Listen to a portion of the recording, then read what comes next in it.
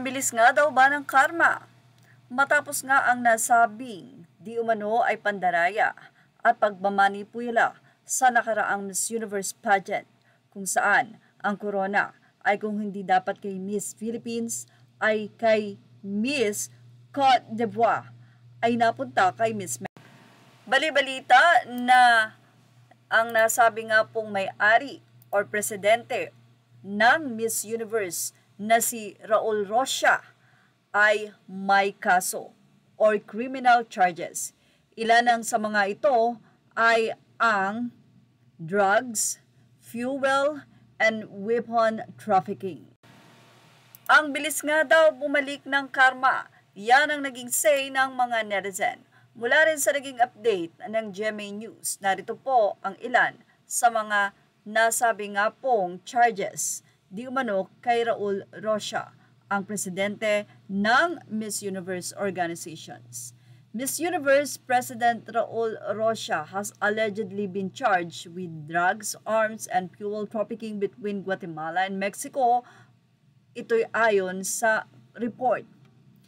Ayon sa People's Magazine, the charges were reported by Mexican newspaper Reforma. The paper said Rocha is considered by Mexico's Attorney General's Office of FRG to be an alleged leader or isa siyang leader ng mga kriminal na organisasyon na gumagawa ng mga hindi magagandang bagay. Well, alam nyo na kung ano yan para kumita ng pera.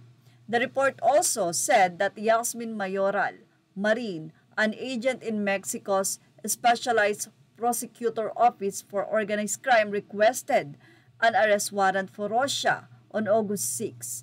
The organized crime charges were from his alleged involvement in drug and firearm trafficking.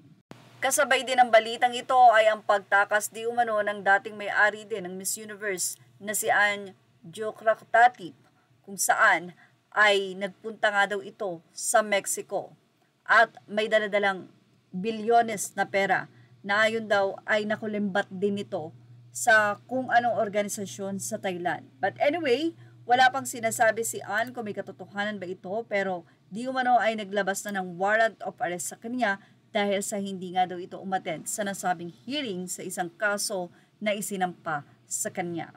Well, ano nga ba ang nangyayari ngayon? Mukhang bumabaligtad na nga ang nasabi nga pong kapalaran para sa kanila. Sabi nga, kapag gumawa ka ng masama, balik nito ay masama rin. Yan ang ating showbiz update. Images are all credit to the rightful owners. Please like, share, and subscribe.